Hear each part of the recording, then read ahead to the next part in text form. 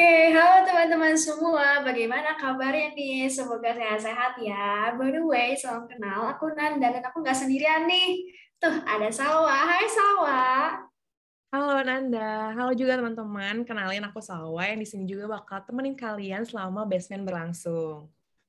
Nah, teman-teman di sini tahu basement nggak sih? Kayaknya teman-teman juga udah pada tahu ya soal basement, tapi boleh aku jelasin lagi nih soal basement. Nah, jadi basement itu merupakan salah satu program kerja divisi akademik HMPSM dengan kegiatan belajar bersama. Bener banget nih, Wak. Dan buat hari ini, basementnya tuh ada AKB dengan pengajar Angelin dan juga Fania dan MO dengan pengajarnya Kak Zidan. Di sini kita juga mau ngucapin terima kasih kepada Angelin, Fania, dan Kak Zidan yang sudah bersedia buat ngajar teman-teman di sini. Tapi sebelum itu, mohon perhatiannya nih, karena aku mau bacain peraturan untuk hari ini. Yang pertama, peserta diharapkan untuk menyalakan kamera dan mematikan mikrofon saat acara berlangsung. Yang kedua, peserta diharapkan berada di ruangan yang kondusif dan menjaga sikap pada saat acara berlangsung. Yang ketiga, peserta dilarang merokok di bawah kendali alkohol ataupun mengonsumsi obat-obatan terlarang selama acara berlangsung. Yang keempat, jika ada pertanyaan, peserta dipersilakan untuk raise hand atau menuliskannya melalui kolom chat dengan sopan. Yang terakhir, peserta wajib mengisi form evaluasi yang akan disebar di akhir acara. Oke, itu dia untuk aturannya teman-teman. Terima kasih selalu udah ngebacain. Dan nanti kita juga akan ada pembagian breakout room-nya. Dan itu BR1 untuk AKB dan BR2 untuk MO. Mohon perhatiannya juga nih teman-teman untuk pembagian breakout room-nya. Nah, sebelum kita pindah ke breakout room, kayaknya kita mulai acaranya lewat sesi foto dulu kalianan. Boleh banget. Teman boleh untuk on cam juga. Oke, mungkin aku mulai screenshot aja kali ya. Oke, saat yang pertama, satu, dua, tiga. Oke, saat yang kedua, aku screenshot satu, dua, tiga. Oke, terima kasih banyak teman-teman dan teman-teman udah boleh banget masuk ke breakout room-nya. Sampai berjumpa di breakout room teman-teman dan kepada eh, pengajar boleh langsung masuk ke breakout room-nya. Terima kasih. Sengaja demi basement kan kayak lucu banget gitu. Gimana boleh dong? Aku mau minta reaction-nya. Yang abis kelas boleh kasih jempol, yang abis santai-santai boleh kasih hati kali ya. Aku udah lama banget tidak berinteraksi nih guys. Oke, Eviannya habis kelas, Cherry juga, Riva juga, wih, apa Shannon, Ellen habis santuy, Cecil juga sudah beres kelas. Oke, jadi aku akan perkenalkan diri lagi.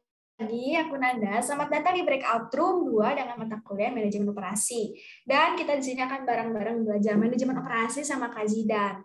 Halo Kak Zidan, suara aku terdengar kah? Kedengeran? Oke, terima kasih banyak Kak sebelumnya udah mau bersedia nih untuk sharing ilmunya buat manajemen operasi di sini. Nah, sebelum kita mulai, teman-teman boleh diperhatikan kembali ya untuk rules-nya yang akan dikirimkan oleh tim panitia di kolom chat. Nah, selain itu, teman-teman yang belum dapat modul, jangan khawatir juga karena tim panitia akan mengirimkannya di kolom chat. Jadi teman-teman boleh dicek modulnya supaya nanti bisa lebih ngerti. Dan aku juga mau ngingetin lagi untuk jika teman-teman mau bertanya nih di sesi Q&A, boleh aja langsung raise hand atau kirim pertanyaan lewat kolom chat. Oke, kepada Kak Zidan, kayaknya kita mulai aja. Waktu dan layar dipersilahkan. Ya, sekali lagi kedengaran ya suaranya? Kedengeran Kak Aman? Oke ya, ini lagi nggak stabil ya. Saya tuh lagi di gunung di sekitar Lembang, jadi mungkin internetnya di tengah-tengah kurang stabil. Kabarin aja ya. Kalau emang panitia kalau di Zoom nggak ada suara, bisa lewat line gitu, ngabarin saya gitu ya. Baik Kak. Oke. Jadi sebelumnya selamat sore, selamat datang di Basement Manajemen Operasi. Terima kasih ya udah meluangkan waktu sore-sore untuk datang ke untuk datang ke Basement Manajemen Operasi gitu kan. Saya berharap di sini yang yang join Basement ini ingin lebih tahu gitu ya tentang manajemen operasi, mungkin karena di kelas kurang pemahamannya atau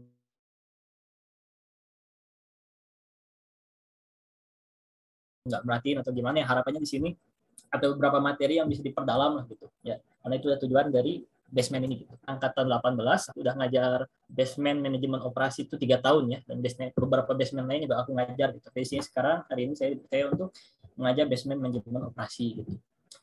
Nah, perlu ada beberapa hal yang perlu aku sampaikan sebelum lanjut ya. Jadi yang pertama, di sini aku cuma ngebahas 2 materi ya dari banyaknya materi yang akan keluar di UTS. Kalau tidak salah kan yang keluar nanti ada decision making, ada layout, ada manajemen rantai pasok, ada quality management, dan satu lagi ada SOP. SOP itu Sales Operation Planning ya. Nah, dari materi-materi yang banyak itu, aku hanya ngebahas cuma 2. Kenapa pertimbangannya aku cuma ngebahas 2? Aku hanya ngebahas AHP. AHP itu sebenarnya turunan dari bab manajemen rantai pasok. Aku hanya ngebahas AHP dan SPC. SPC itu Statistical Process Control. Itu turunan dari materi Quality Management. Kenapa aku cuma ngebahas itu? Karena pertimbangannya AHP itu, Analytical Hierarchy Process itu nggak ada di buku ya. Kalian kan dikasih textbook, itu nggak ada di buku ya. Cuma ada dalam bentuk PPT gitu. Nah, ini menurutku harus ada penjelasan lebih mengenai bab ini gitu ya. Dan dari tahun ke tahun, pengalaman tahun-tahun sebelumnya itu keluar di ujian AHP itu ya. Tapi nggak tahu ya sekarang apa keluar di ujian atau enggak gitu ya. Tapi intinya aku akan ngebahas AHP. Itu yang pertama AHP, yang kedua SPC. SPC itu tadi udah disampaikan ya, Statistical Process Control. Itu tuh bagian dari bab Quality Management. Itu tuh harusnya kalau di MO tuh ada di chapter pertama. Jadi pertemuan pertama tuh ngebahasnya Quality Management, itu ngomongin SPC. Jadi aku hanya ngebahas 2 hal itu gitu. Dan dua-duanya itu hanya ada hitungannya gitu ya. Sisanya aku berharap ya kalian belajar dari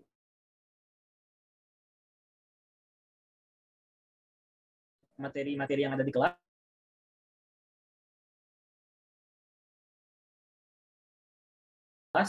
atau aku juga di modul sih cuma nulis sedikit ya, nggak banyak soalnya waktunya. Nanti lihat aja kalau emang ada waktu ya aku kasih nanti catatannya gitu ya.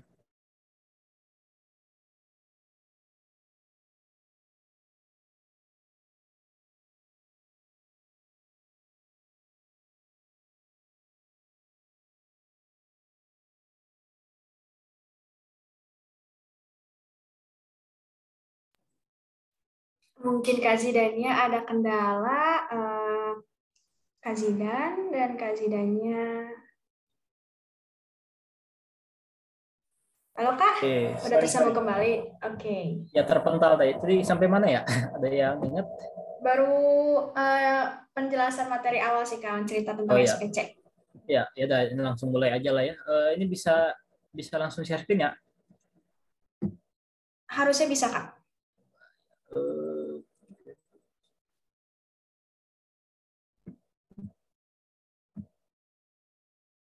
Kalau udah terlihat tolong kabarin.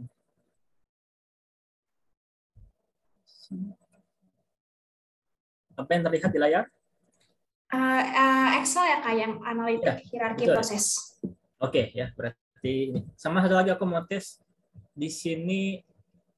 Sorry, kelihatan nggak aku nulis sesuatu? Kelihatan Kak, basement.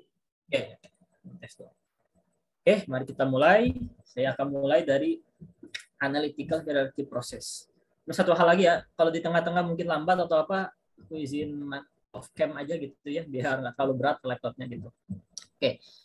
Jadi AHP, Analytical Hierarchy Process, ini tuh masuk ke dalam bab manajemen rantai pasok, supply chain management ya. Jadi sesuai dengan namanya manajemen rantai pasok, ada kata pasok di situ ya. Pasok itu artinya ya supply gitu ya, supply atau pasok. Jadi AHP ini adalah sebuah tools atau alat yang digunakan untuk, kalau dalam manajemen rantai pasok adalah untuk memilih supplier ya atau pemasok. Nah, analytical hierarchy process ini sebenarnya tidak hanya untuk memilih supplier ya. Karena ini tuh adalah sebuah tools, ini tujuannya ya, tools untuk memilih alternatif pilihan berdasarkan kriteria. Jadi di sini aku nge-highlight 2 kata. Ada alternatif, ada kriteria. Alternatif itu maksudnya adalah pilihan. Tadi kalau aku nyontoin supplier, berarti ada pilihan supplier. Itu supplier 1, 2, 3. Nah, di antara 3 supplier ini, perusahaan hanya akan memilih 1. Misalnya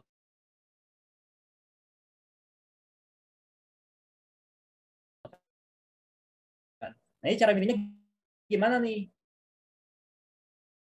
Nah, untuk memilihnya dibutuhkan kriteria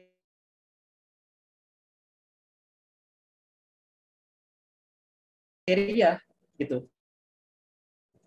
Misalkan kalau kalian ada ya, contoh kalau ingin memilih supplier itu kitanya dan kualitas pelayanan gitu. Kita perlu milih supplier 1, 2 atau 3.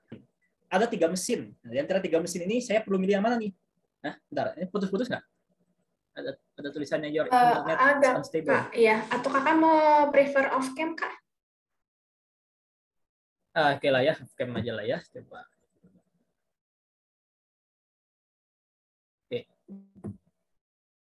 Oke, kita lanjut lagi. Jadi tadi kalau kita ngomongin supplier ya, kita juga bisa milih mesin menggunakan model AHP. Bahkan Bu Katleha, dosen MO bilang, kamu kalau memilih pacar bisa pakai AHP katanya ya. Misalkan ada 3 orang yang jadi target pacar kita gitu.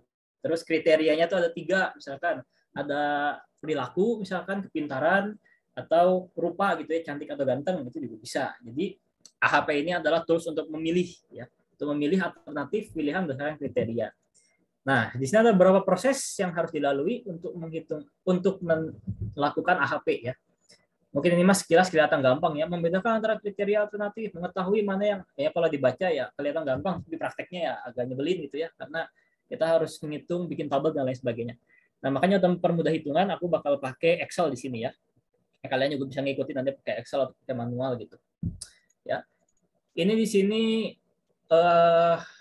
biar lebih cepat, aku langsung aja praktekin setiap tahap-tahap ini ya. Jadi di sini aku akan mulai dari tahap 1 dan 2. Ini segini tabelnya kelihatan nggak? Atau perlu di zoom lagi atau gimana? Coba. Kalau teman-teman mau di zoom lagi atau segini cukup? Yang mau di zoom lagi boleh kasih reaksinya deh. Atau mungkin komen bisa. Oke, ya segini dulu lah ya. Cukup Kak berarti. Nggak kelihatan. Oke, siap. Oke, jadi sebelumnya aku mau nyampein kalau ini tuh soal aku ambil dari PowerPoint ya. PowerPoint yang ada di materi AHP ya. Kalian bisa sambil buka PowerPoint-nya atau gimana lah. Karena kalau aku tunjukin soalnya agak ngejelimet, jadi aku persingkat aja gitu ya. Sama di sini aku ada catatan ya. Ini catatan 3 tahun yang lalu ya. Jadi ini PPT umurnya udah 3 tahun ya. Aku udah bikin dari waktu zaman aku ngambil MO. Dan dosen selalu mengingatkan ya, kalau nanti soal ini keluar di UTS, baca baik-baik perintah soalnya. Kenapa? AHP ini kan prosesnya panjang ya. Ada ngitung apa. Nah, di UTS itu nanti nggak semuanya dihitung. Tergantung perintah soalnya. Nanti perintah soalnya suruh ngapain gitu ya. Jadi yang aku jelasin ini ya dari awal sampai akhir belum tentu akan dikerjakan semua di UTS. Jadi baca baik-baik soalnya, mana yang perlu dikerjakan maka itu yang harus dikerjakan ya. Daripada nanti kalian ngerjain semuanya nanti habis waktu. Padahal nggak disuruh semuanya gitu ya. Jadi itu perlu diperhatikan.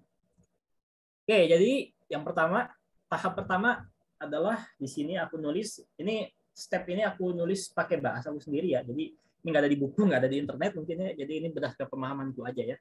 Jadi kalau bingung ya silakan ditanyakan. Jadi yang pertama adalah membedakan antara kriteria dan alternatif. Ya. Jadi tadi aku udah ngomong di AHP ini harus ada 2 komponen yang penting. Ada kriteria, ada alternatif. Alternatif ya, alternatif adalah ini. Alternatif itu adalah pilihan. Tadi kalau aku contohnya misalkan supplier, itu alternatif. Ya, supplier 1, 2, 3. Ada misalkan milih mesin. Kita mau beli mesin antara mesin 1, 2, 3 itu alternatif. Tadi aku contohnya juga pacar. Ada pacar 1, 2, 3 itu alternatif. Jadi alternatif adalah pilihan. Bedakan dengan kriteria. Kriteria adalah syarat-syarat yang harus kita lihat ketika memilih kriteria adalah syarat-syarat yang harus dilihat ketika kita memilih alternatifnya. Kalau ngomongin supplier tadi, supplier ada alternatif, kriterianya adalah setiap supplier ini harus bisa dilihat harga barangnya, kualitas barangnya, dan kualitas jasanya gitu. Kalau ngomongin pacar tadi, pacar adalah alternatif. Berarti kriteria dari setiap pacar-pacar itu adalah misalkan perilaku, kepintaran, dan cantik atau ganteng lah gitu ya. Itu kriteria ya. Nah, kenapa aku harus menekankan ini antara kriteria dan alternatif karena ada kalanya di sini suka kebalik ya antara kriteria dan alternatif. Nah, di sini aku udah ada tabel nih. Ini namanya tabelnya kriteria matriks. Oh ya, sorry, aku lanjut aja ya di step 2. Tadi step 1 membedakan kriteria dan alternatif. Nah, di sini step 2 adalah mengetahui mana tabel kriteria matriks dan tabel perbandingan. Ya. Jadi nanti harusnya di soal, ya, di soalnya itu diketahui ada tabel kriteria matriks, ada tabel perbandingan. Nah, ini harus dibedakan ya. Tabel kriteria matriks ini ya yang aku udah tunjukin di sini. Tabel kriteria matriks itu isinya adalah kriteria. Ya. Sekali lagi aku sampaikan, tabel kriteria matriks itu adalah isinya kriteria. Ya, di sini ada kriteria, ada harga, kualitas pelayanan, delivery atau pengiriman, dan kualitas produk. Ya, ini adalah tabel kriteria matriks. Nah, tabel perbandingan itu adalah yang seperti ini. Ya, jadi tabel perbandingan itu adalah membandingkan setiap kriteria itu ada nih price ya. Nanti ada service quality, ada delivery, ada product quality ya. Tapi aku sih cuma nyampaikan price doang ya. Jadi tabel perbandingan adalah membandingkan antara supplier ya atau adalah pilihannya. Di sini kita sebut aja supplier. Jadi di sini ada A, B, C ya. A, B, C ini bisa supplier, bisa pacar, bisa apa namanya? Bisa mesin tadi ya. Jadi di sini ada 3 alternatif berarti ya. Nah, setiap 3 alternatif ini di dalam tabelnya ini dibandingkan gitu ya. Jadi di sini ada barisnya di sini ada ABC, di sini kolomnya adalah ABC. Nah, aku juga mau ngingetin ya, di sini aku bakal pakai bahasa kolom dan baris. Kolom dan baris. Kolom itu adalah yang ini kolom nih. Ini kolom nih. Ini ke bawah kolom nih. Ya. Ini ke bawah kolom. Kalau baris itu adalah ke samping begini. Ya. Ya jangan kebalik ya. Jadi aku tulis aja di sinilah ya. Kalau baris itu artinya menyamping. Kalau kolom, kalau kolom itu artinya ke bawah. Gampangnya gitulah ya cara palingnya. Nanti aku akan bilang, nah baris kolom ya. Jadi kalian harus tahu ya baris mana kolom mana. Oke. Aku hapus dulu. Oke, jadi sekali lagi ya, ini adalah kriteria matriks. Kriteria matriks itu isinya adalah barisnya berisi kriteria, kolomnya berisi kriteria. Kalau tabel perbandingan kriteria itu adalah barisnya adalah si pilihannya atau alternatif dan kolomnya adalah alternatif. Gitu. Nah, di sini juga aku nulis mengetahui mana yang tabel kriteria matriks dan tabel perbandingan kriteria serta melengkapinya. Nah, jadi nanti ada kalanya di soal tidak diketahui semuanya. Ya. Jadi misalkan di soal cuma diketahui ini doang nih.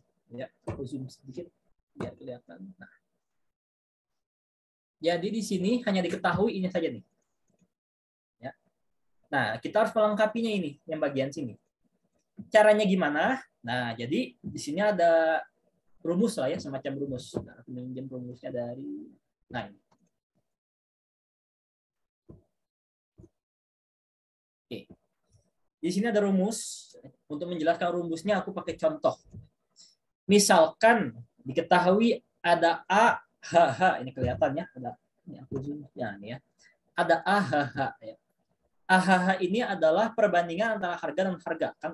Di sini ada H dan H ya. Kalau sebuah kriteria dibandingkan dengan kriterianya itu sendiri, maka angkanya 1. Gitu. Ini kalau kita lihat di sini, kalau di sini aku ngebandingin supplier A dan supplier A lagi, maka di sini 1 nilainya. Ya. Ini A, ini 1 gitu ya. Ini B dibandingkan dengan B nilainya 1. C dibandingkan dengan C nilainya 1. Ya.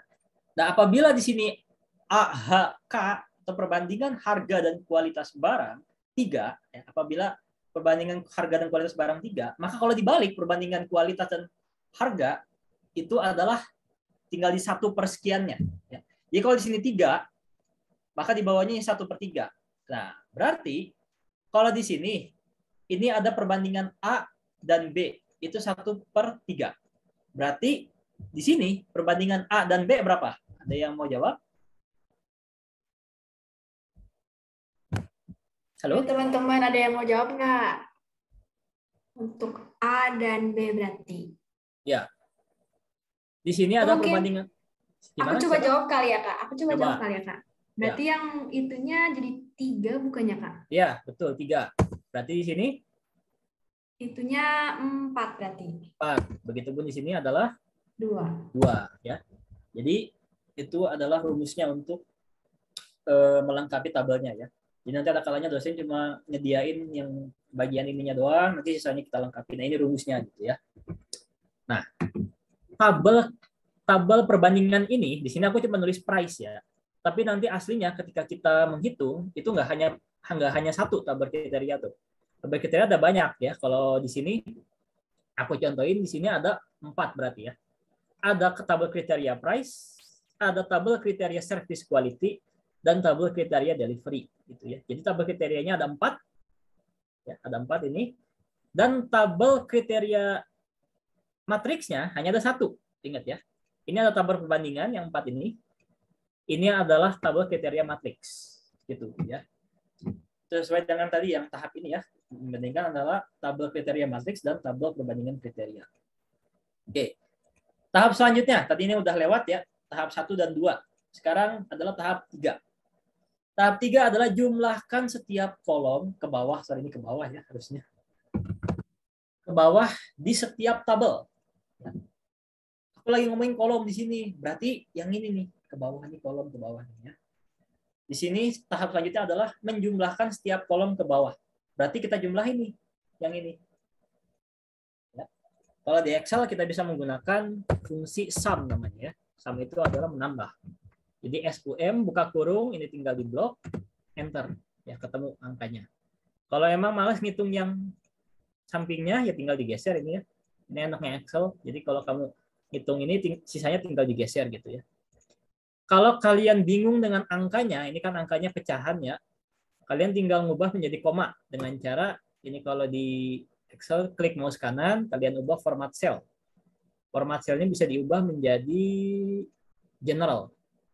Makanya akan menjadi koma gitu ya. Ini kalau komanya kebanyakan kayak 2,333 ini bisa dipakai fungsi ini, jadi dikurangin jadi 2 angka atau 3 angka belakang koma, 2 angka aja belakang koma lah ya. Oke, masih tahap yang sama, jumlahkan setiap kolom di setiap tabel loh ya. Ini kan kriteria matriks, berarti tabel-tabel ininya juga kita lakukan hal yang sama ya. Kita pakai sum di sini, terus di blok ini akan menjadi jumlahnya ya. Kalau ini bentuknya ingin diubah silahkan, bisa diganti jadi format cell, diubah jadi general, maka akan menjadi koma gitu.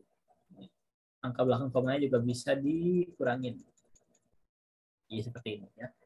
Lakukan hal lain sama seperti ini juga, dilakukan satu-satu, maka nanti akan menjadi seperti ini ya.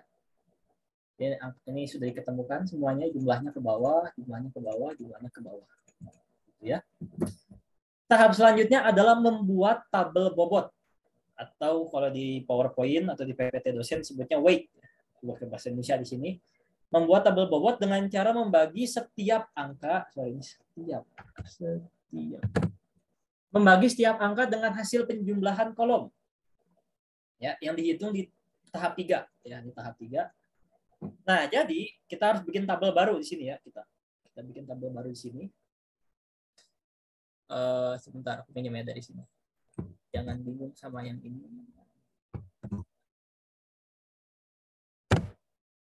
Sorry. Jadi kita buat tabel baru ya. Nah, ini angka-angka yang ada di tabel ini adalah membagi setiap angka dengan hasil penjumlahan kolom. Jadi maksudnya begini. Sebentar. Oke.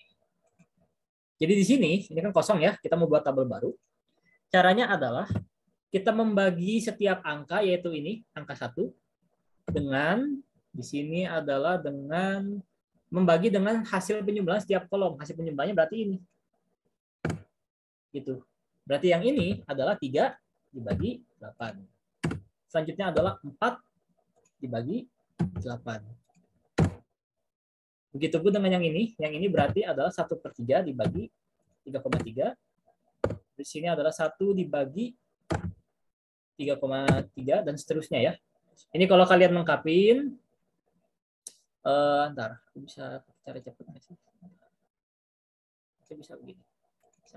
Ya bisa. Jadi kalau mau cara cepat tinggal digeser ke samping ini. Nah, begini ya. Hasilnya sama nggak? Oke, sama. Ya. Cuman ini angka belakang komanya aku ganti aja jadi. Nah, jadi gini ya. Jadi angka ini sekali lagi adalah hasil pembagi antara setiap angka yang ada di sini kita bagi dengan jumlahnya di bawah sini. Terus selanjutnya, nah ini ya ada keterangan total bobot harus 1. Ya. Jadi ini ya kalau kita jumlahkan ini semua itu harus sama dengan 1.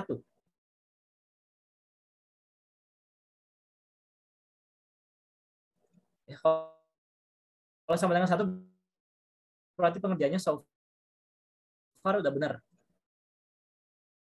Itulah jawabannya ya. Jadi ini kalau dijumlahkan ke bawah kolomnya itu harus sama dengan 1. Terus selanjutnya adalah menghitung rata-rata setiap bar ke samping begini. Berarti yang dihitung rata-rata kita bisa menggunakan fungsi yang ada di samping. Oke, sorry, suaraku aman so far, panitia? Tadi sempat keputus tapi udah nyambung lagi kok, Kak. Ya, oke. Ya, soalnya tadi ada keterangan biar connection unstable. Oke lah ya. Ya, jadi tadi apa namanya? Kita average, kita rata-ratakan setiap baris, maka ketemu seperti ini ya. Nah, aku cuma nyontohin yang price di sini ya. Tapi nanti pada prakteknya sekali lagi tergantung soalnya ya. Kalau soalnya disuruh ngitung semua ya kalian harus hitung semuanya di sini. Aku cuma nyontohin yang price doang ya. Nanti kalian harus ada kalanya harus hitung yang service di sini, yang delivery, dan begitu pun yang ini kalian lakukan hal yang sama seperti ini, maka nanti akan menjadi seperti ini. Ya. Ini udah aku hitung semuanya ya. Caranya sama kayak tadi. Gitu. Itu untuk tahap 3, 4, 5. Nah, sekarang kita masuk ke tahap 6 dan 7. Tahap 6 adalah membuat tabel supplier weight. Kita ngebuat tabel baru lagi nih ya. Tapi tabelnya hanya 1 di sini. Ya, supplier weight itu hanya 1 di sini. Nah, cara membuatnya adalah di sini ada keterangannya. Jadi untuk tabel ini, untuk barisnya itu, ya, ini baris ya. Barisnya itu berisikan alternatif. Sorry. Oh, sorry. Nah, untuk barisnya itu berisikan alternatif. Berarti ini ya, ini barisnya, sorry ya. Di sini alternatifnya adalah A, B, C. Di sini barisnya adalah alternatif. Nah, dan kolomnya adalah kriteria. Ini kolom ada kriteria ya, price, service quality, delivery, dan product quality gitu ya. Nah, terus isi tabelnya ini apaan? Nah, ini adalah dengan memindahkan angka yang ada di kolom rata-rata di setiap tabel perbandingan. Berarti yang ini nih, kita udah ngerata-ratain ya. Nah, angka-angka yang ada di sini kita pindahkan ke tabel ini ya. Kalau di Excel kalian tinggal sama dengan klik ini, tinggal digeser ke bawah. Begitupun dengan yang ini, geser ke bawah, sama dengan ini, geser ke bawah. Yang terakhir adalah ini. Tuh, ya. Ini adalah tabel supplier weight. Ya, nah ada tambahannya di sini step 7. Tambahkan baris paling bawah dengan kriteria weight. Ya, menggunakan angka dari rata-rata tabel bobot kriteria matriks. Jadi di paling bawah sini, ya, aku tambahin baru di sini namanya adalah kriteria weight.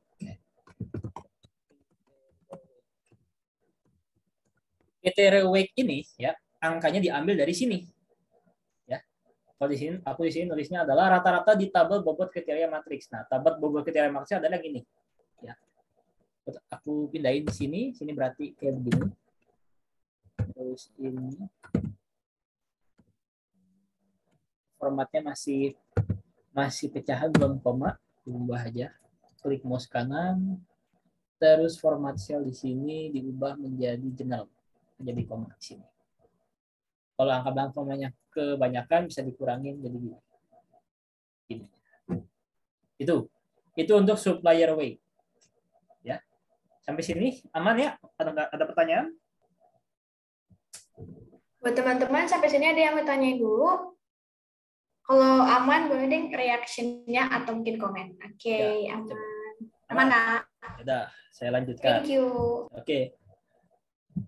Itu adalah step 6 dan 7. Step selanjutnya adalah membuat tabel value. Ya, tadi udah kita kerjain. Step selanjutnya adalah membuat tabel value dengan mengalihkan setiap angka dengan kriteria weight-nya. Jadi kita buat tabel baru di bawah. Nah, lihat dulu di sini sebentar. Oke. Jadi tabel value ya. Tabel value-nya kita buat di sini aja. Aku minjem dari sini. Ini isinya. Oke. Jadi tabel value ini membuat tabel value dengan mengalihkan setiap angka dengan kriteria weight-nya.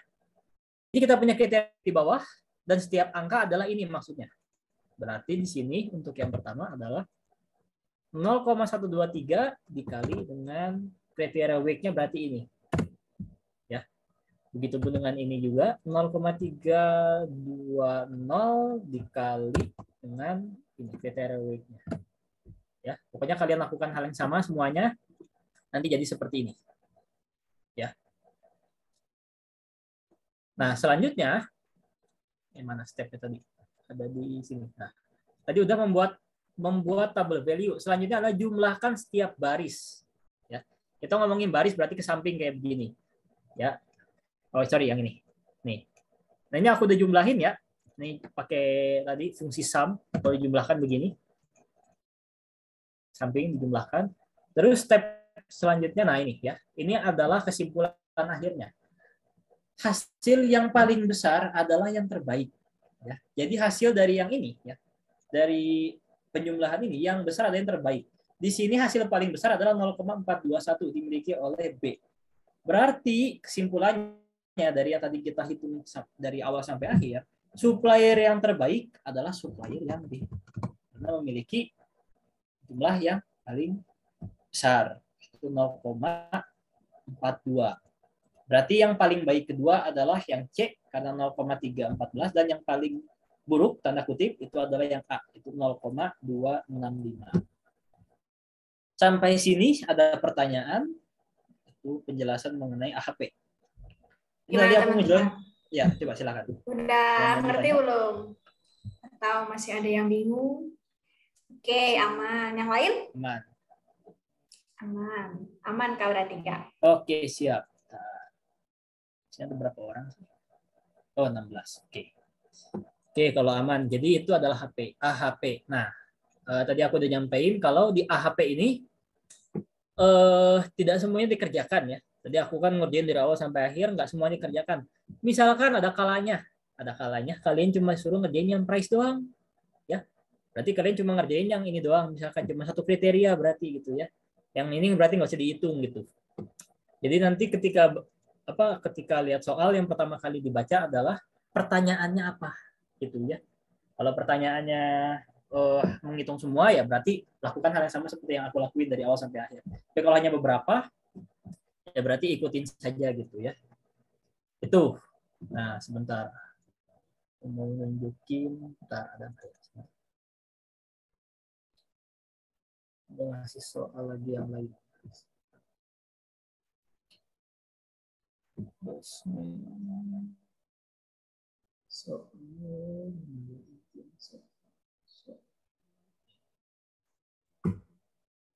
Pindah share screen dulu.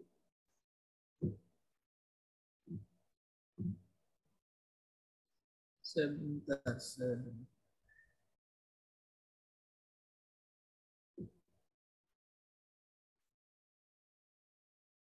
Oke, share screen. Share.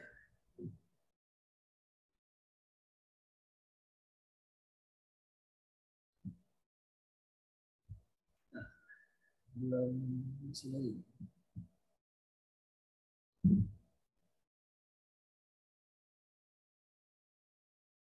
Nah, sudah terlihat? Sudah, Kak. Ya, oke. Ini adalah contoh soal yang ada di kelas MO. Nggak tahu ya, untuk zaman kalian. Sekarang angkatan 20 dikasih soal ini. Enggak. Tapi ini soal udah keluar 2 kali. Keluarnya di tugas loh ya, bukan di UTS gitu. Jadi di sini kasusnya kalau tadi kita ngomongin supplier atau pemasok. Di sini kita ngomongin, jadi si Linda ini ingin memilih, jadi alternatifnya ya. Jadi ingat ya, tadi aku udah nyampein di dalam AHP, kita harus tahu dua hal. Ada alternatif dan tadi apa? Kriteria. Di sini alternatifnya adalah ada mobil 1, mobil 2, mobil 3. Nah, di sini dia bilang an important factor for Linda is price. Oh, berarti di sini ada kriterianya. Kriterianya adalah harga. Ya. Nah, di sini coba semua dari itu strong profile yang determine prioritas factor. Oke. Jadi selain harga, dia juga mempertimbangkan di sini ada warranty. Ya, atau garansi. Terus di sini dia juga mempertimbangkan modern prefer car, first car, warranty, third car, consider style. Yang kedua adalah style atau gaya. Terus di sini apa lagi? Cuma 3 ya.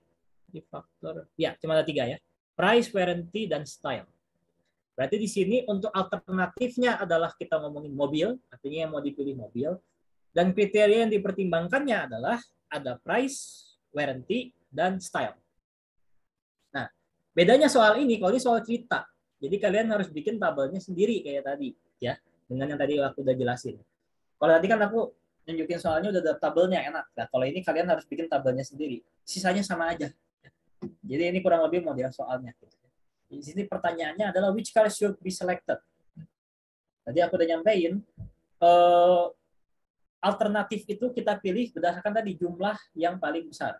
Tadi kan soal tadi paling besar itu jumlahnya adalah yang B, berarti B yang dipilih. Jadi nanti kalau kalian udah ngitung semuanya, kalian akan tahu mana yang harus dipilih. Apakah mobil 1, 2, 3. Nah, karena soalnya begini, karena soalnya which car should be selected. Artinya, kalian harus menghitung proses dari awal sampai akhir tadi. Ya, kalian harus hitung satu-satu. Jadi nggak ada yang ditinggalkan, nggak ada yang dilewatkan hitungannya gitu ya. Karena soalnya adalah mana kriteria yang paling baik. Artinya di sini kalian harus mengerjakan semua proses yang tadi aku jelasin gitu ya. Tapi dalam hal ini kita ngomongin mobil dan kriterianya adalah ada tadi mana? Ada harga, garansi, dan gaya. Itu ya. Aku nggak akan ngebahas ini karena panjang lagi nanti waktunya nggak cukup. Ya kalian nyobain aja sendiri ya. Atau nggak tahu ini udah dikasih tugasnya atau belum? Coba ini ada yang dikasih tugas ini nggak di sini? Atau Nanda, dosennya siapa? Aku Bu Natali, Kak. Dikasih Nggak tugas ini dapet nggak? sih. Nggak dapat. Enggak, Kak. Tapi ada tugas AHP kan ya? Ada. Oke. Itu. Ya. Jadi ini adalah yang AHP. Sampai sini ada pertanyaan? Udah nggak ngebahas AHP lagi nih, mau ganti bab.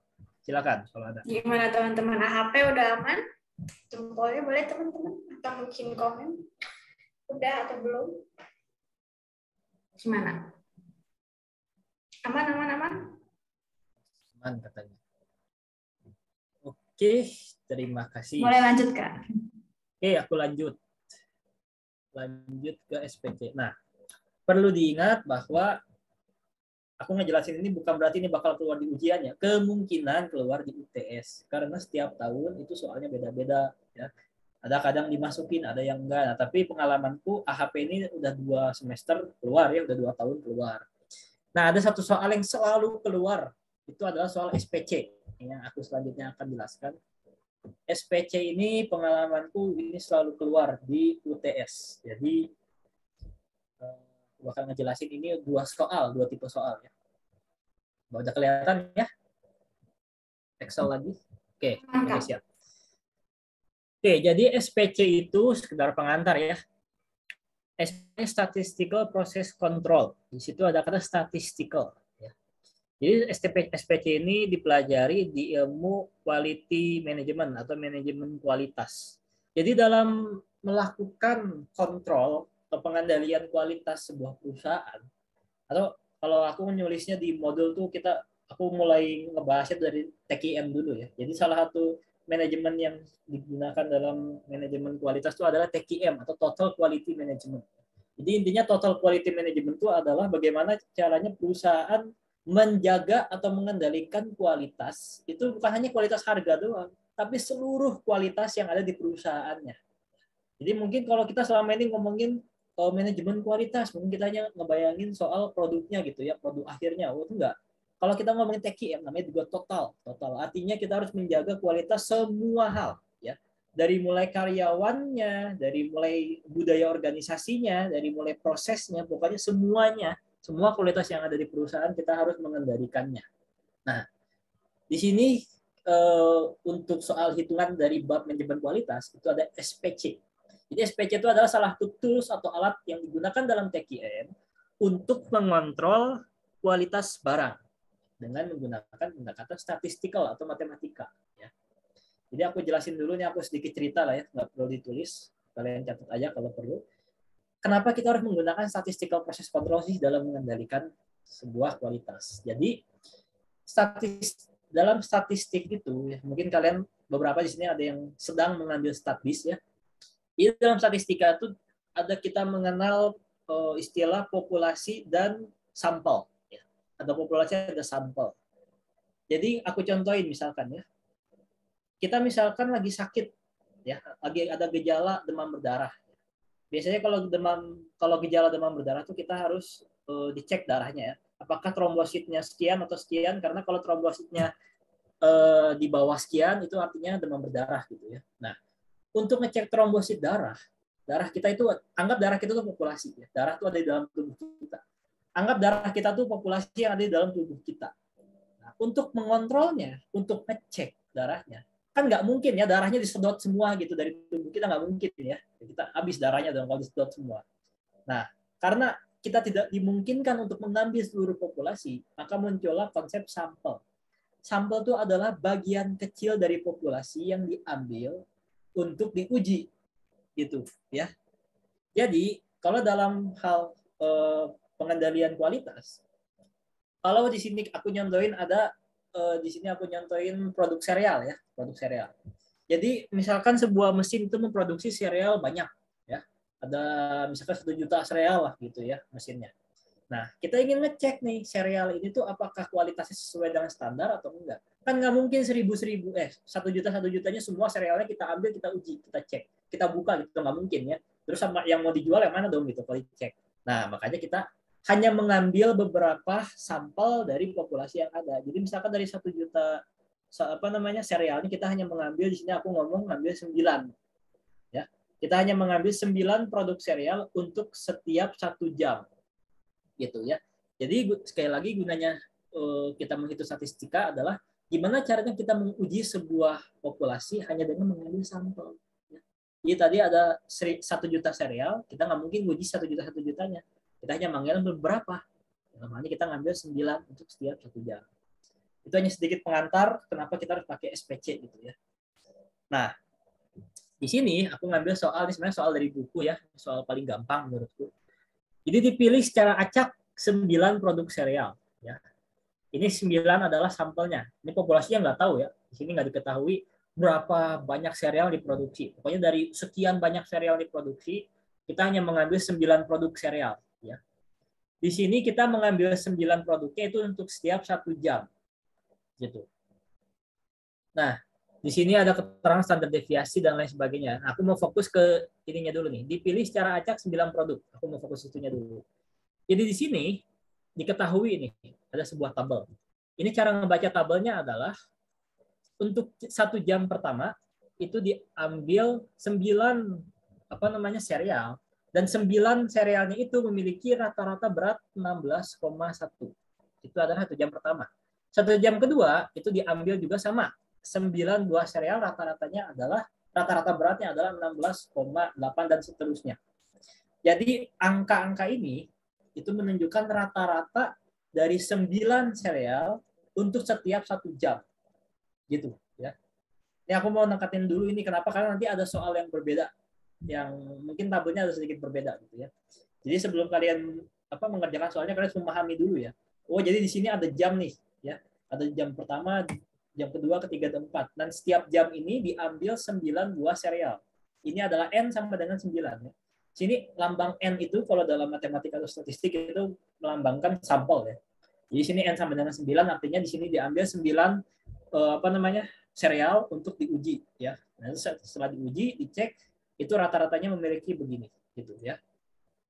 Oke, di sini intinya dari pertanyaan ini adalah dari sampel yang diterima ya. Jadi ini dari sampel yang diterima adalah ini. tentukan UCL dan LCL untuk peta kendali X bar. Di sini ngomongin UCL dan LCL ya. Jadi, sorry ya, sebelumnya aku berharap waktu aku ngejelasin ini kalian langsung nyambung ya UCL LCL apa. Jadi UCL itu adalah upper control limit, LCL adalah lower control limit. Jadi ya kalian aku sih harapannya kalian sudah belajar di kelas sebagian. Jadi ini ada istilah standar deviasi, ada istilah UCL, LCL, kalian harapannya udah ngerti lah. Aku nggak akan ngebahas itu lagi ya, panjang. Jadi di sini ditanya UCL dan LCL untuk peta kendali X bar. Nah, untuk menghitung soal ini kita bisa menggunakan rumus ini. Ya, aku zoom. Jadi ini contohnya ya. Sorry, ini rumusnya. Bentar. Oke. Jadi aku tulis di sini rumusnya ada 2. Ya. Di sini ada keterangan jika diketahui dan jika tidak diketahui. Nah, ini apa sih yang diketahui dan tidak diketahui? Di sini ada lambang sigma nih ya. Ini sigma. Sigma ini melambangkan ini standar deviasi. Jadi kalau dalam matematika standar deviasi itu dilambangkan dengan sigma. Ini lambang ini. Jadi kalau di soalnya diketahui sigmanya atau si standar deviasinya berapa, maka kita menggunakan rumus yang ini. Ya. Di mana di soal ini diketahui standar deviasinya sebesar 1 di sini ya. Sebesar 1. Berarti kita menggunakan rumus yang ini. Tapi kalau kalian nggak diketahui standar deviasinya, maka kalian menggunakan rumus yang ini. Nanti di soal kedua aku bakal ngejelasin yang nggak ada standar deviasinya. Aku ngejelasin yang gampang dulu nih yang ada standar deviasinya. Berarti kita menggunakan rumus yang ini. Ya. Nah ini cara ngebaca rumusnya adalah ya kalian kalau bingung ngebaca yang atas ini kita pakai yang bawah aja lah ya. Jadi ini rumusnya adalah untuk menentukan UCL itu adalah kita harus menghitung di sini yang pertama adalah X double bar. Jadi ini kalau aku zoom ya. Ini X double bar jadi garisnya 2 di sini. X double bar itu adalah artinya rata-rata dari rata-rata. Maksudnya gimana tuh? Jadi kalau kita cuma nulisnya begini X bar, berarti ini rata-rata doang nih. Tapi kalau kita nulisnya X bar, X double bar, itu artinya ada sebuah data rata-rata, kita rata-ratakan lagi. Nah, maksudnya gimana tuh? Nah, ini kita lihat soal ini. Ini soalnya kan yang diketahui rata-rata ya. Jadi ingat ya, tadi aku udah sampai berkali-kali. Angka-angka ini itu diketahui adalah rata-rata. Rata-rata dari apa? Rata-rata dari setiap 9 box serial untuk setiap 1 jam. Jadi ini adalah angka rata-rata. Makanya aku di sini nulisnya X bar di sini ya. Nah, berarti untuk mencari X double bar, ya kita harus merata-ratakan ini semua. Ini kita rata-ratakan semua. Aku langsung tulis aja rata-rata di sini ya. Di sini sebentar. Nah ini ya X bar, X double bar sorry. Kalau di sini kita bisa menggunakan rumus yang ada di Excel. Rata-rata average ya. Kita rata-ratakan ini semua. Maka X double bar-nya adalah 16. Ya. Jadi sekali lagi, X double bar adalah rata-rata dari rata-rata. Angka-angkanya itu adalah rata-rata. Ini rata-rata. Terus dari rata-rata ini kita rata-ratakan lagi. Maka ketemu 16. Itu untuk yang X double bar. Oke, nah, zoom sedikit lagi. Nah, ya. Itu adalah X double bar. Ya, kita udah ketemu berarti ini dan ini. Nah, selanjutnya kita harus tahu di sini ada nilai Z, ada nilai ini ya, standar deviasi. Nah, di sini nah ini. Di sini untuk Z-nya ya, ini aku ambil dari buku ya, apa namanya keterangannya. Nilai Z itu nilai Z itu kalau dalam matematika namanya adalah number of normal standard deviasi, dari angka normal standar deviasi ya. Di sini di soal di keterangan di buku Z itu akan 2, di sini Z2 kalau di sini confidence-nya adalah 95,45% dan Z akan 3 apabila confidence-nya adalah 99,75%. Nah, biasanya ini angka-angka koma ini diketahui dari soal nih ya. Nah, dalam hal ini di soal ini kita manajer ingin 99,75% dari sampel diterima. Artinya confidence intervalnya adalah 99,75. Nah, artinya Z yang akan kita pakai adalah Z untuk 3 yang ini. Jadi nanti harusnya kalau emang dosennya berbaik hati, ya tanda kutip, dia bakal ngasih tahu Z-nya sekian gitu ya. Jadi either Z-nya 2 atau 3, tergantung yang diketahui gitu. Atau memang nanti di soalnya biasanya langsung diketahui ya. Langsung diketahui Z-nya sama dengan 4 atau berapa gitu, langsung diketahui. Itu. Maka informasi kedua diketahui bahwa Z-nya adalah 3. Z sama dengan 3. Oke. Nah, kita sudah mengetahui 2 komponen di sini. Kita udah mengetahui X double bar-nya berapa, kita tentuin Z-nya berapa. Nah, sekarang kita tentuin standar deviasi. Ya, ini tadi aku udah ngejelasin, ini namanya sigma, itu standar deviasi. Standar deviasi itu di sini. Nah. Oke. Jadi di sini oh ya, aku harus jelasin dulu berarti ya. Di sini tuh ada 2 istilah ya. Ada standar deviasi doang, ada standar deviasi dari rata-rata. Nah, bedanya apa? Jadi gini. Aku ngejelasin dari mana ya? Oke, gini aja deh. Di sini ada 2 lambang nih. Tadi aku ngejelasin ada lambang sigma. Di sini ada lambang sigma, terus ada X bar di sini. Nah, ini kedua lambangnya itu berbeda. Kenapa aku harus ngejelasin ini? Karena nanti ketika kalian ngerjain soalnya, kalian harus memakai lambang-lambang ini ya. Jadi nanti ketika mengerjakan keterangannya, kalau ngomongin standar deviasi, berarti lambangnya adalah sigma. Gitu. Nah, jadi di sini ada perbedaan di sini. Kalau di sini cuma sigma doang, ya itu artinya ini standar deviasi. Tapi kalau di sini, ya di rumus ini, itu kita ada standar deviasi, terus ada X bar-nya di sini. Ya, ini berarti yang ini ada standar deviasi, ada X bar. Ini artinya adalah standar deviasi dari rata-rata. Nah, standar deviasi dari rata-rata ini memiliki rumus. Rumusnya adalah standar deviasi dibagi akar N. Ya, tadi aku udah bilang N itu adalah jumlah sampel. Jumlah sampel. Ya. Di sini kita jumlah sampelnya adalah 9 ya. Ini aku udah nulis N sama dengan 9 karena jumlah sampel yang kita ambil untuk setiap 1 jam adalah 9. Oke. Jadi untuk menghitung ini harus diketahui sigma atau standar deviasi dan R. Oke. Jadi di sini diketahui bahwa standar deviasinya adalah diketahui ya di sini sebesar 1.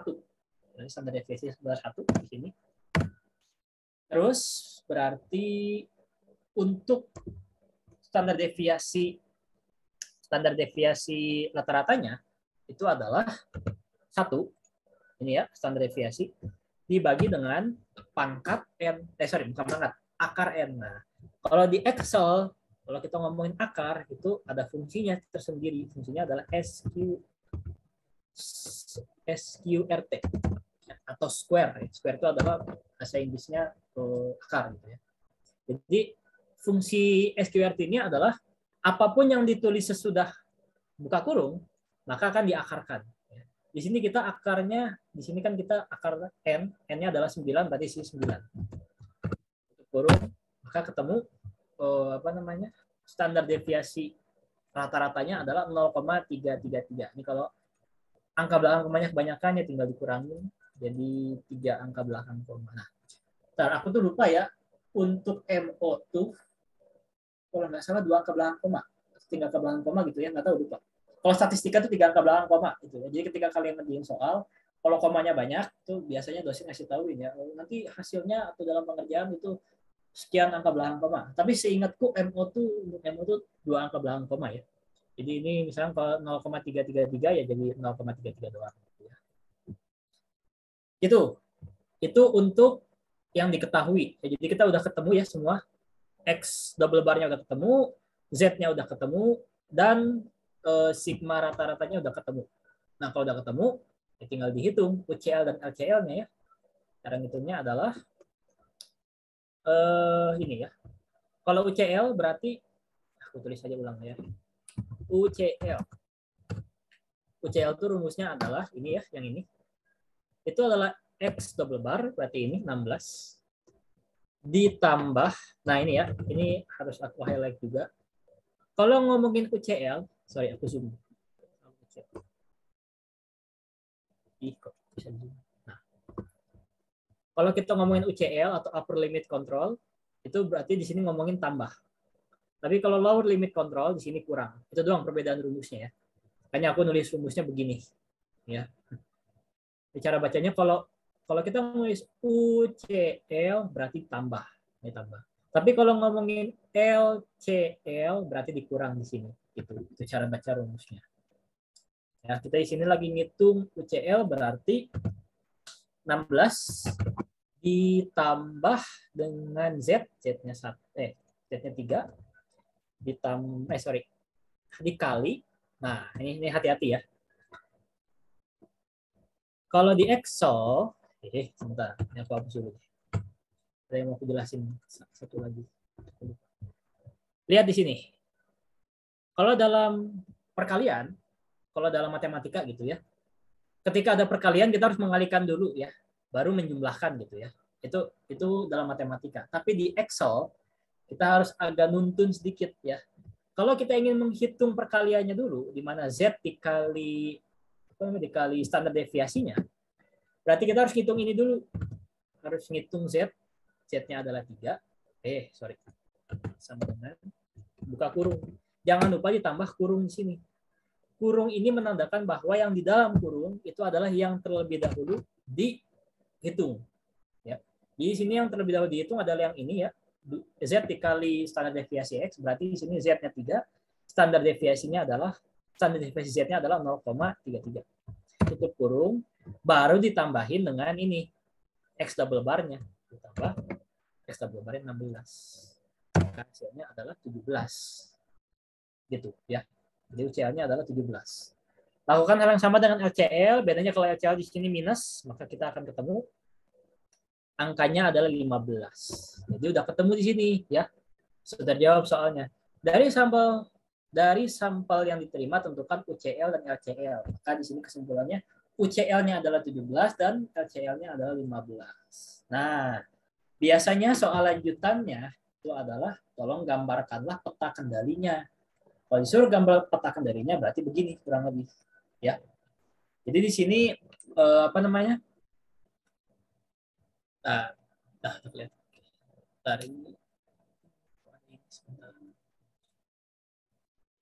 Jadi maksud dari gambar ini adalah sini ada 3 garis ya. Ini ada garis upper control limit, ada lower control limit. Ini angkanya sudah kita hitung ya, tadi 17 dari sini, ini 15 dari sini. Ya. Dan ini 16 itu adalah dari X double bar. Gitu ya. Nah, titik-titik yang ada di sini, ya ini ada titik, itu adalah angka-angka yang ada di sini. Angka-angka yang ada di sini nih. Nih. Sorry. Angka-angka yang ada di sini. Nah, ini. Jadi ini jam pertama, jam kedua, jam ketiga, itu kalian representasikan di sini, gitu ya. Nah, gunanya peta kendali ini apa sih? Jadi kita bisa lihat produk yang kira-kira tanda kutip cacat, yang tidak sesuai dengan standar, berarti ini. Nih, di sini ada 2 produk yang ada di luar kontrol limit, ya. Berarti di sini tuh adalah kalau lihat di tabel itu adalah ini nih, kedua angka ini. Berarti kesimpulannya adalah untuk produksi sereal ini, gimana bahasanya? Untuk produksi sereal ini, untuk yang untuk yang jam ke-10 dan 11 ini, ya kedua barang ini itu adalah yang tidak sesuai dengan kontrol limitnya, ya, atau tidak sesuai dengan yang diinginkan perusahaan gitu. Karena ini di luar dari kontrol gitu ya. Jadi yang 14,8 dan 14,2 ini kalau digambar tuh yang ada di bawah sini. Gitu. Jadi nanti selain kalian harus ngitung, biasanya kalian harus, jadi ingat ya, ini berlaku untuk MO ya, untuk soal MO apapun ya. Kalau ada soal hitungan, ya kalian tidak hanya dituntut untuk menghitung, tapi kalian juga dituntut untuk menyimpulkan hasil hitungannya, ya. Begitupun dengan matbis ya, dan mata kuliah hitungan lainnya ya. Jadi kalian nanti kalau ngitung di soal biasanya ditanya, misalkan apa kesimpulan dari hitungan Anda misalkan. Atau apa kesimpulan dari hasil analisanya gitu. Jadi kalau ngomongin SPC berarti kesimpulannya adalah terdapat dua sampel yang berada di luar limit kontrol, yaitu yang ini 14,4 dan 14,2. Begitu untuk yang SPC. Sampai sini ada pertanyaan, ada yang dipermasalahkan, ada yang bingung, silahkan. Gimana teman-teman? Udah kebayangkah atau aman atau gimana? Aman kalau jempol. Nah, Aman Kak. ini tadi 16 jadi 18 baru nambah 2 orang berarti ya? Iya Kak. Ya oke lah.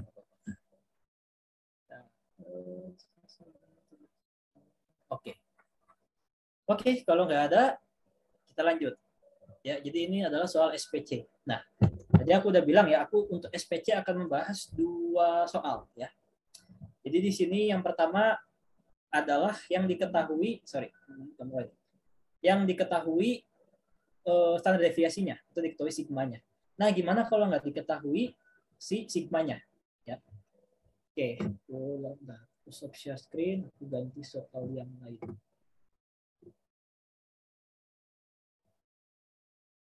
Sorry, tadi selama aku ngejelasin ada yang putus-putus sehingga penjelasannya kurang lengkap nggak? Tapi untuk SPC aman Kak. Oh, aman, oke siap. Untuk AHP? Tadi ada yang keputus tapi udah dilanjut sama Kakak jadi udah ya, ke cover. Oke, siap, terima kasih. Oke, soal kedua tuh mana sih? Oh ini. Siap. Biasanya loh ya, biasanya kalau soal SPC ini soalnya dalam bentuk tabel gitu ya. Jadi nggak seperti soal tadi cerita gitu ya. Karena ini panjang nih, kalau nggak ada tabel soal itu bisa panjang gitu. Jadi harusnya nanti kalau soal SPC soalnya dalam bentuk tabel gitu ya. Ya udah terlihat ya harusnya ya. Oke, jadi di sini kita ngomongin mainan. Kalau tadi ngomongin serial, di sini ngomongin mainan. Jadi PT Bande memproduksi mainan anak-anak, salah satunya berupa pedang-pedangan.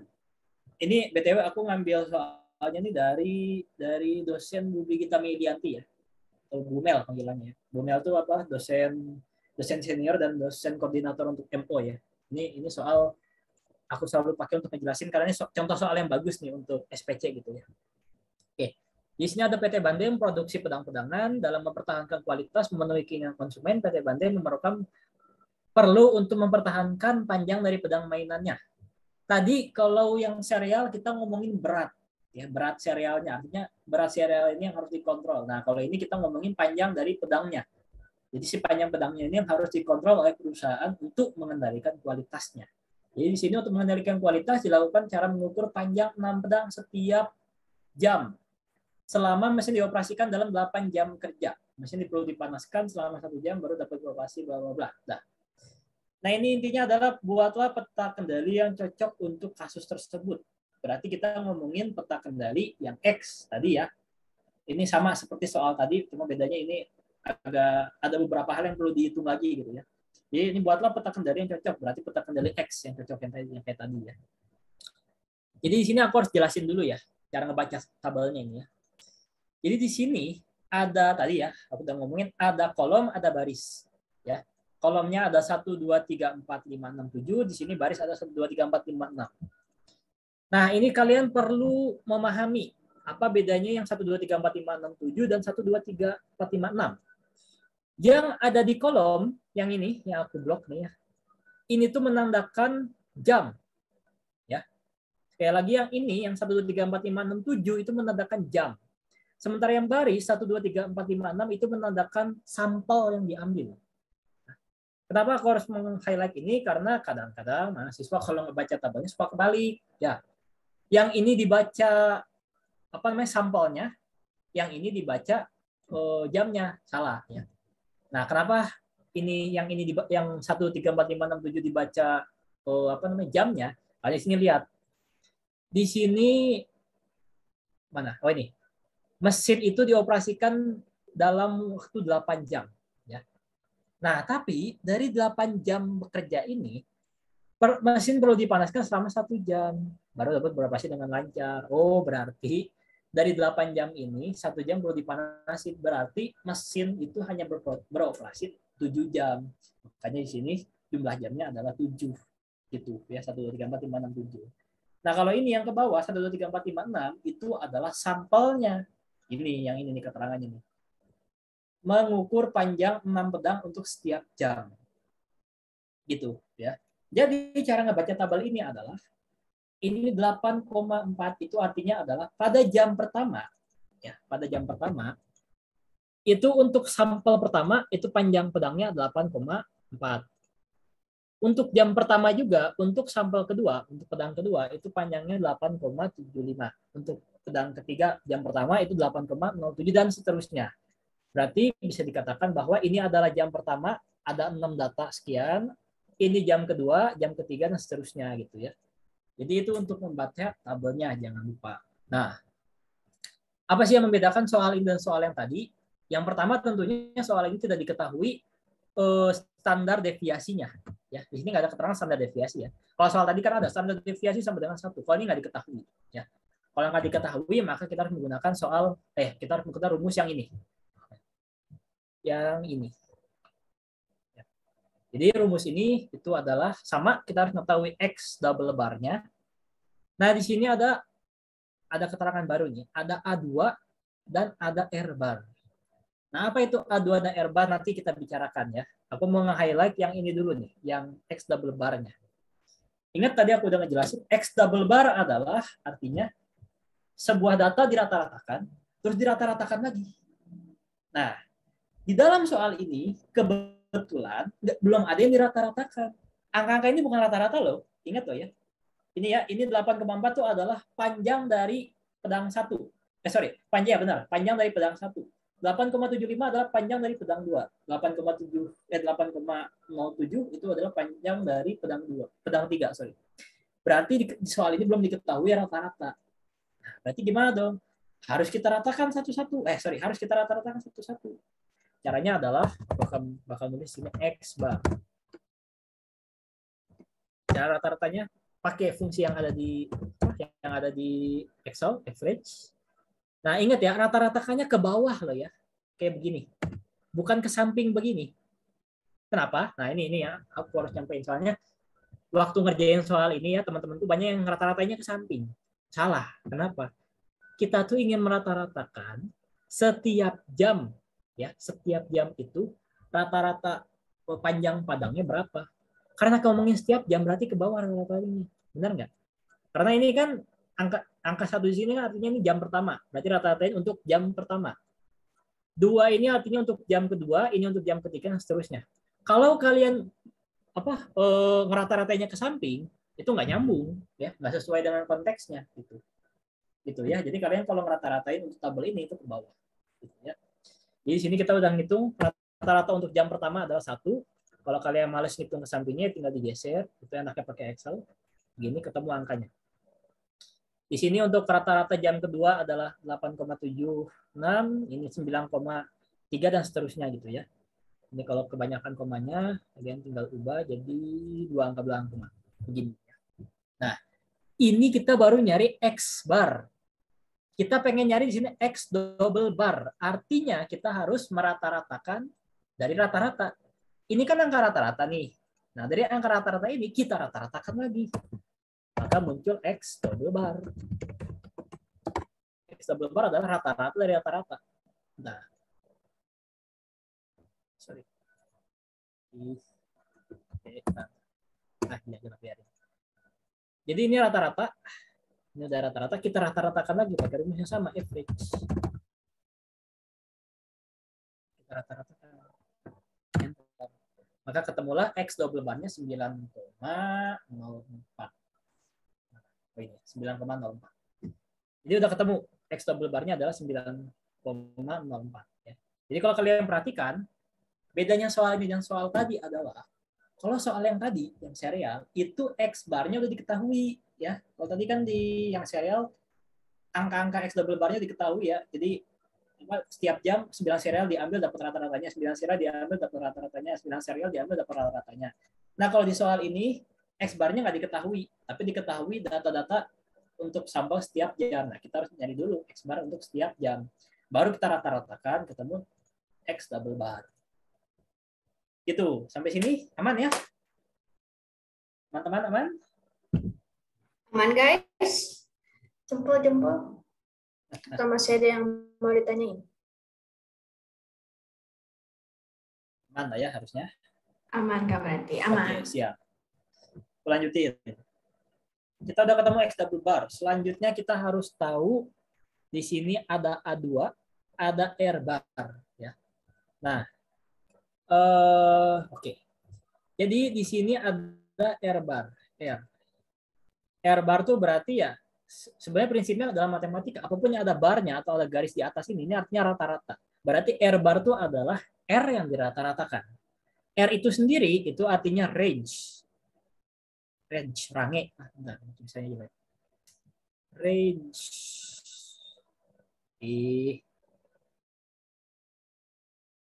Range ya. Berarti kalau R bar berarti rata-rata dari range. Nah, range itu kalau dalam statistika itu adalah nilai range itu didapatkan dari sebentar ini. Nilai range itu didapatkan dari nilai terbesar atau min. Nilai terbesar itu max, Ntar aku sama dengannya di bawah sini aja.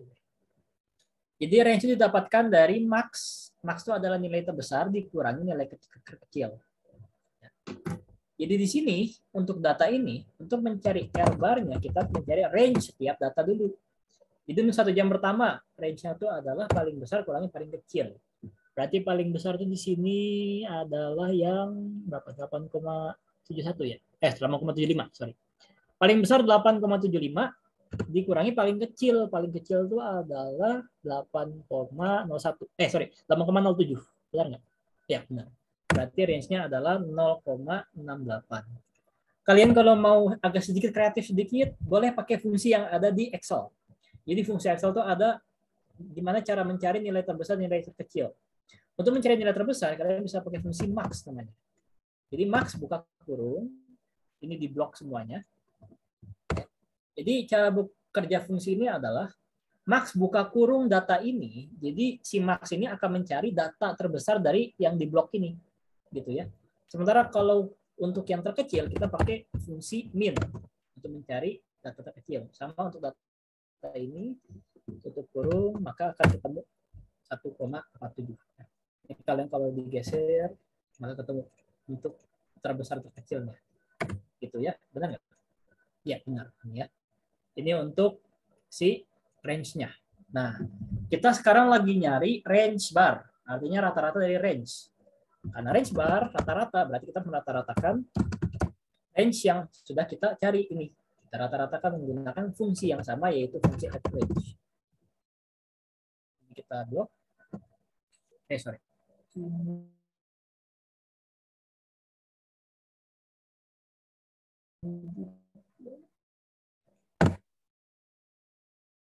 Ketemu 1,45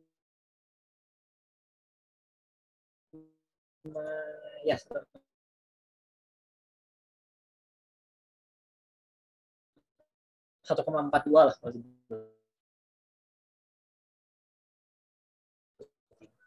Gitu. Kita ketemu adalah A. Ya, A2 ini itu bukan dihitung. Jadi di sini kita menggunakan namanya tabel ini gitu ya. Ini ada di buku. Nah, tes. Nah, oke udah. Jadi internet unstable. Oke, udah lancar. Oke, control chart vector. Jadi untuk menentukan A2 ini ya yang A2 ini itu menggunakan tabel ini namanya control chart vector. Jadi cara membaca tabel ini itu adalah ini ya. Kita lagi nyari ini. Ini ada A2-nya. A2-nya itu adalah tergantung dari sampel size kita. Nah, ini sampel size kita tuh adalah 6 ya. Ini kan ya. Mengukur 6 pedang ya. Di sini juga kita 6 berarti sampel size kita adalah 6. Karena sampel size-nya 6 berarti yang dipakai A2-nya adalah 0,483. 0,483. Jadi untuk A2 ini kalian lihat di tabel atau itu. Ini sudah diketahui semua ya, X bar-nya sudah diketahui. Sorry. Ini rumus yang bawah ya. X double bar-nya diketahui, A2 diketahui, R bar-nya diketahui ya, tinggal dihitung sama kayak tadi caranya ya. Untuk yang UCL itu berarti X double bar ini 9,04 ditambah, jangan lupa kalau kita ngomongin perkalian itu harus dalam kurung dulu. Ini aku pakai dalam kurung di sini. Dalam kurung A2 dikalikan dengan X bar-nya. Maka ketemu UCL dan LCL-nya.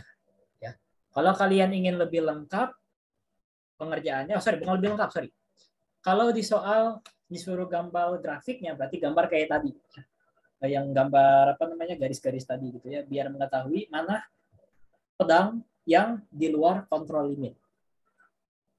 Itu untuk materi SPC. Ada pertanyaan? Itu aja sih yang mau aku bahas.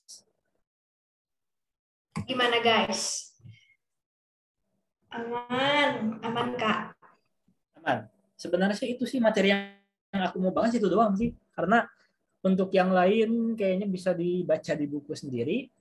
Dan yang menurutku yang paling jelimet, yang paling ribet itu. Nah, kecuali makanya sekarang masih ada waktu berapa lama? Sorry panitia. Sekitar 22 menit kan? 22 menit kan? Ya, 20 menit nanti. Nah, ini sisanya silakan. Mungkin ada yang mau ditanyakan atau ada soal yang ingin dibahas, silakan. Teman-teman punya soal atau mungkin ada yang mau ditanyain? Tapi sebisa aku ya, kalau nggak bisa aku bilang nggak bisa gitu ya. Karena sekali lagi basement belajar tentang manajemen, kita yang ngajar mahasiswa, yang diajar juga mahasiswa. Kita sama-sama belajar ya. Jadi aku juga belum lulus ya, kalian juga belum lulus, kita sama-sama title-nya tuh masih pelajar. Jadi ya kalau aku ada kekurangan nggak bisa ya nggak apa-apa, karena kita sama-sama belajar gitu ya. Jadi silakan, siapa tahu ada soal yang mau dibahas, boleh. Siapa tahu aku bisa bahas. Kalau enggak ya sudah selesai berarti. Gimana teman-teman? Atau mungkin dari tim panitia kirimin Google Docs dulu ya Kak untuk pertanyaan-pertanyaan. Mungkin nanti Kakak bisa bantu jawabnya nanti ya Kak ya. Silakan ya. Nah, Oke, ini Google ya, Docs-nya, ini kan yang ikut cuma 13. Nah, ini dikirim di grup Google Docs, dikirim di grup yang peserta juga nggak? Bisa sih Kak. Oh, bisa, iya gitu aja maksudnya. Oke, teman-teman, kalau misalnya nggak mau nanya sekarang atau mungkin nanti baru kepikirannya agak nanti malam gitu ya, teman-teman boleh banget diisi Google Docs ya. Teman-teman boleh isi nih pertanyaan yang kira-kira teman-teman tuh masih bingung tuh apa. Nanti Google Docs-nya akan dibuka tuh 1 kali 24 jam. Nanti setelah itu kalau misalnya dari Kak Zidannya bisa menjawab, akan dikirimkan lagi di Google Docs-nya.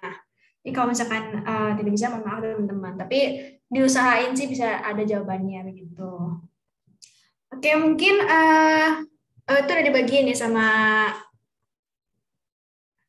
Melisa. Oke, thank you Melisa. Teman-teman, sekarang mungkin kita foto dulu kali ya Kak, buat terakhir sebagai dokumentasi. Gimana nih teman-teman? Yuk kita on cam dulu.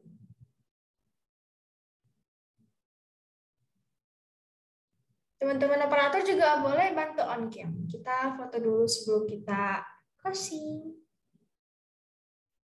Hai Viani, gimana tadi? Ngerti? Aman. Oh ya, Kak Zidan, kalau misalnya yang sales and operation planning, Kakak punya contoh soalnya nggak? Nggak punya. Jadi gini, aku tuh sebenarnya kemarin dikasih tahuin juga sih sama Fania, Kak bisa ajarin SOP nggak gitu. Jujur aku tuh nggak bisa. Kenapa? Dulu zaman aku tuh ngambil MO 3 tahun yang lalu loh ya. Ngambil MO tuh itu materi SOP tuh tidak masuk ke ujian, masuk ke UTS. Jadi aku nggak belajar ya. Jadi kalau nanya SOP atau decision making, mungkin aku nggak bisa jawab gitu. Jadi dan nggak punya soalnya juga gitu. Jadi ya mohon maaf gitu. Nggak apa-apa. Makasih Kak buat hari ini. Ya siap, terima kasih juga. Oke, kita mungkin sambil nunggu yang lain on cam, nanya-nanya dulu kali ya. Gimana nih Kak Michael hari ini? Jelas sih semuanya, thank you buat Kak Zidan. Mungkin aku mau nanya aja sih tentang yang A2 tadi Kak, yang itu tuh kan sebenarnya kalau dicatat cuma ada sampai 10 ya Kak? Oh iya. Ya, jadi harusnya kalau dosen yang nggak jahat, tanda kutip, itu ngasih sampelnya paling banyak 10, nggak akan banyak gitu ya. Nah, kecuali paling nanti dikasihnya yang ada standar deviasinya kali ya. Iya, mungkin ya. Atau seandainya kayak tadi ya sampelnya paling 10. Jadi kalau sampelnya 10 kan berarti di tabel tadi masih ada. Atau kalau nggak tahu di internet ada nggak sih kontrol itu harusnya ada sih gitu ya. Tapi emang tadi yang aku tunjukin cuma yang sampai 10 doang gitu ya. Tapi harusnya nggak lebih dari itulah gitu, pengalamanku gitu. Oke. Gitu. Thank you Kak. Thank you. Ya, sama-sama. Atau ditanya prinsip-prinsip yang ada di manajemen rantai pasok, itu keluar teorinya. Habis itu untuk layout itu biasanya keluar 2 soal. ada yang hitungan, ada yang teori. Yang hitungan biasanya tuh kalian ngitung, kalau aku nggak punya contoh soalnya sih, biasanya tuh soal hitungannya tuh tentang biaya gitu ya. Jadi ada sebuah layout, kalau layout yang diketahui soalnya tuh biayanya segini gitu. Yang biasanya perintah soalnya dengan layout yang segini dan biaya segini, gimana caranya meminimasi biaya dengan mengubah layoutnya. Jadi kalian harus mengubah layoutnya nanti supaya biayanya minimum atau supaya biayanya berkurang gitu kan. Yang hitungan layout. Untuk yang teori, layout itu biasanya keluar, layout itu banyak ya, ada yang proses oriented, ada yang product oriented. Kalian harus bisa ngebedain antara dua itu ya. Atau ada yang work cell, ada yang apa. Dan setiap layout itu kalian harus tahu perbedaannya apa dan tujuan dari layout itu apa gitu ya. Itu udah 2 kali keluar di ujian tahun lalu gitu ya. Sama di zamanku decision making tuh nggak keluar ya. Tapi untuk semester lalu kalau nggak salah keluar decision making. Jadi ya kalian bisa belajar sendiri lah, decision making nggak terlalu susah gitu ya. Terus yang kemungkinan keluar lagi apa lagi? Itu aja sih palingan. Sama satu lagi, ini untuk menutup kesimpulannya. MO kalau kalian cuma belajar hitungannya doang ya jangan ya. Belajar teorinya juga gitu. Jangan mentang-mentang MO hitungan kalian cuma belajar hitungan doang, enggak.